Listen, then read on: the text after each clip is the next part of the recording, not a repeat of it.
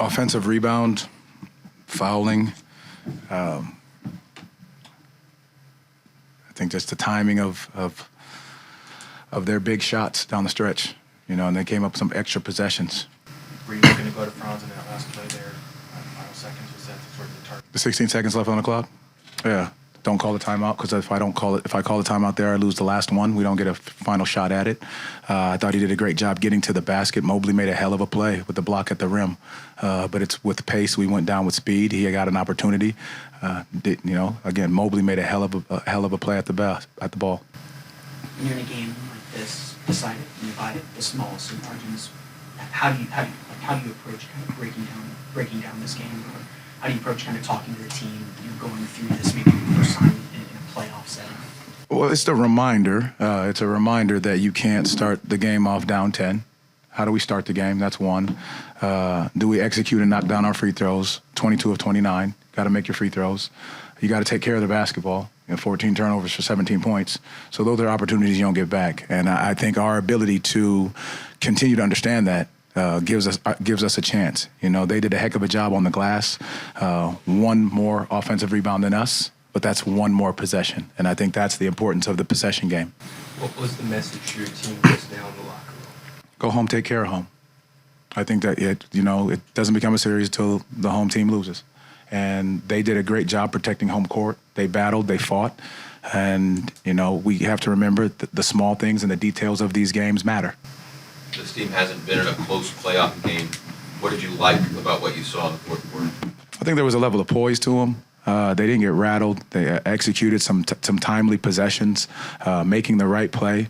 Again, but then it's never that final 2 minutes that you look at. It's what happened throughout the game that you have to focus and pay attention to. The extra offensive rebound, the missed free throws, the transition points off of turnovers. Those things we have to continue to look at and improve. What did you think of Paolo's performance tonight, and then specifically kind of the fourth quarter when he really got hot? I think he was going early as well. Got him out a little quick, but I think he did a very good job of attacking, getting downhill, looking to put pressure on the defense. I thought he was very aggressive, very, very strong. I thought it was a big plus for where he was tonight. Yeah, down the stretch, it seemed like he wanted to take the shot. Was that by design? Was it because he was hot? Because he was feeling it? A combination of both. You have two good looks at that. Franz would have come open as well. Paolo came open and got that shot. Again, sometimes you have to use him as a screener because they're going to hug him, and you're going to get guys downhill, which in that situation did happen. Franz got all the way to the basket. Again, credit to Mobley for making a heck of a play at the rim in that moment. Paolo had 14 points in the fourth quarter. What was he doing in that quarter? So difficult to guard. He was getting to the foul line. I know that was one portion of it, but then the other thing, he was looking to attack early. So he's setting up, trying to get his three going. It wasn't necessarily falling right away for him, but at the end of the day, he was trying to get to the foul line, used his body very well, and then made some tough twos. The Cavs are a very different team when they might have Mobley as their big. Yeah. How difficult is it to prepare for a team that's drastically different than they were in the previous games? Well, they saw the same thing with us. When we changed the line, there was a lineup change. So us being able to recognize that real time, we've got to be, alert and aware of what they're going to do. They started a Coro tonight, and we may see that next game. But again, just being able to make those adjustments as it goes on. I thought we settled ourselves down in that second half more than anything. We just got to continue to grow and learn from this one to be able to bounce back and take care of home. This was Paolo played there throughout the game, particularly in the fourth. Were you pleased or not pleased with the three he attempted with about 90 seconds to go? I believe it was relatively early in the shot clock. I'll go back and look at that. I think at the end of the day, he's going. You have to trust your guys that are going in that moment. And again, this is part of what this group continues to understand. And he was hot. And so his ability to get shots, create shots, and get downhill and ultimately get to the free throw line at times are things that we want him to continue to do. This team hasn't faced elimination. What do you expect to see from them backs against the wall? I think the same thing you saw when we were trying to get into the playoffs. Guys understand exactly the magnitude of the games, how we have to fight, how we have to make sure we take care of home, that we deliver the first blow, and that, we don't put ourselves down 10 to start the game. You relied on the bench throughout the course of the game. They came in early in the fourth quarter, really brought some energy.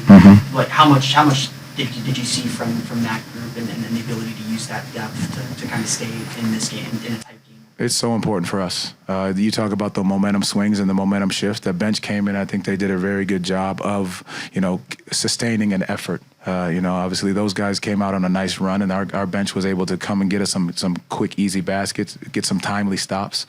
So I think that's going to have to continue as we move forward. We're going to reevaluate him when he gets home. You talked about the slow start. Darius Garland had 17 points in the first quarter. How do you do a better job of preventing that? I think just, mixing up our coverages on him. He got a lot of those in transition, as well as our ability to get back, and some of those came off of turnovers, and we knew they were going to come out firing right away.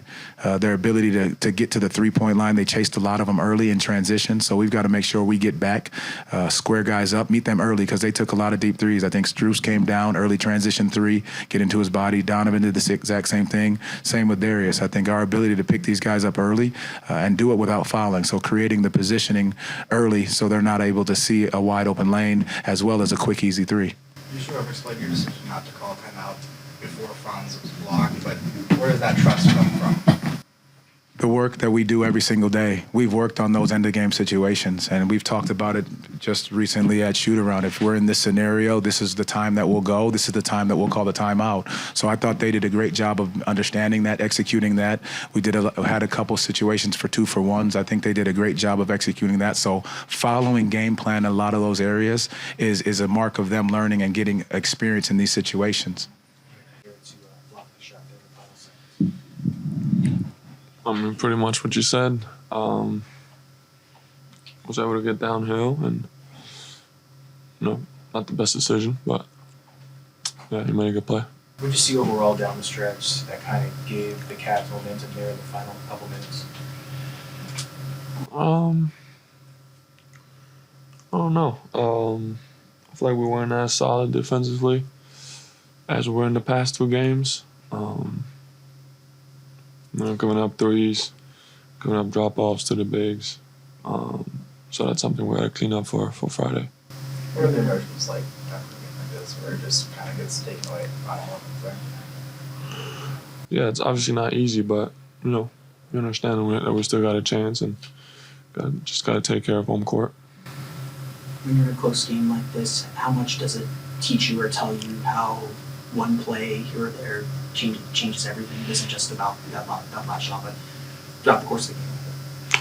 Yeah, obviously. I think I think there were timely mistakes that we made, whether it's offensive rebounds, missed assignments, or turnovers. Obviously they add up and hurt in a close game. What changed after that first quarter? It seemed like whatever it was, different team after that. I thought we just stayed the course. Finally got some stops and were able to, create some really good looks offensively. And I think it's more about the poise than anything for us. What was Jamal's and the coach's message after this game? Pretty much what I just said. A lot of self-inflicted mistakes. Obviously, you got to give them credit how they came out after the last two games. So, but yeah, a lot of stuff that we can clean up, and just got to get a win at home. How did Jared Allen's absence change things for you guys? It's a completely different game. They just play with one big, have more shooting, and a little smaller, obviously. So I think it changes how they play and how we have to defend them. Thanks, Franz. I just think it was a back and forth game, especially the last couple minutes. And they hit some timely shots. But we had a chance. It was pretty back and forth. How'd you feel about the shot selection by you and your teammates there in those final few minutes? I think we got decent looks. I think there were some shots we could have got better looks probably, but at the end of games like that, it's tough to execute. Sometimes guys are tired, fatigued, but like I said, we still had a shot, still had some good looks that just didn't drop. How do you kind of view like a game like this where lead goes back and forth and it just comes down to making or missing shots? Is that, how do you kind of like reflect on a game like that, and I guess the immediate aftermath? I just think you can't really point to one play or the final play. I think there was a couple plays in the last probably 3.5 minutes that helped sway the game in their favor. So I wouldn't say it came down to the last play. I wouldn't say that was the make or break moment. I think there were some other times where we could have had a chance to extend the lead, 2 or 3 possessions. This is the first time you've played in a close playoff game. How much did you feed on that environment, that moment?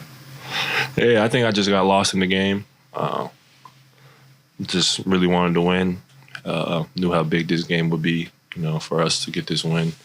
So it's tough that we didn't, but yeah, I mean, it was a fun game though, nonetheless. Like I said, I just kind of got lost in it, and it was a great environment. When you look back at your performance overall, what were you said you got lost in the game, but what were you feeling out there? And what did you see to kind of, or what do you feel you needed to do to kind of push this team into this game and stay in? I just wanted to be aggressive, hunt my shots, and make the shots that I take. I think I got a little fatigued at the end.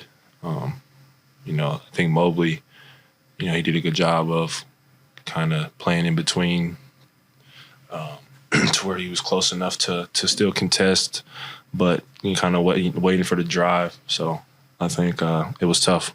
I think I had a couple shots or a couple possessions I wish I could have had back. I know you're focused now on Game 6 in Orlando, but if you are able to force a Game 7, with how competitive you guys were in this game, in this environment, does that give you some added confidence on you capable of doing this in this building? For sure. We were, right there today. We want to take care of home court, and if we want to win and move on, we're gonna have to win here. So I think everybody knows that, and everybody's excited for that challenge. But it starts on Friday. We got to win on Friday. Yeah, can you talk a little bit more about your thoughts kind of going home for Game 6, knowing you guys got to get it done? Yeah. No, it's just, one game at a time. We didn't get this one. It sucks. We were right there. But you can't dwell on it. You got to just look at what we can do better, what we didn't do as well, and then come out on Friday and be ready to go because, we're not ready to go home. So I'm excited to play in front of the fans again and get a chance to force it to a Game 7. You mentioned the fatigue a little bit. How important has the play from the bench been, in a game like tonight and throughout the season? They had that nice kind of stretch at the beginning of the fourth quarter. They got you guys back in the game. How important has their role been in this series and in this game tonight? Yeah, I mean, they've been like that all season. In order to win games in the playoffs, it takes everybody, all 9 or 10 who's playing. You need just everyone's maximum effort, and they did a great job, I thought. Joe hit some big shots. Markelle played well. I think J.I. obviously with his defense, and he hit a big 3 as well. So Mo Wagner had some great plays too. So that's what they've been doing all year, and we know, whenever they come in that, they're gonna hold their own and elevate us. So they did that tonight, and we just, didn't finish it.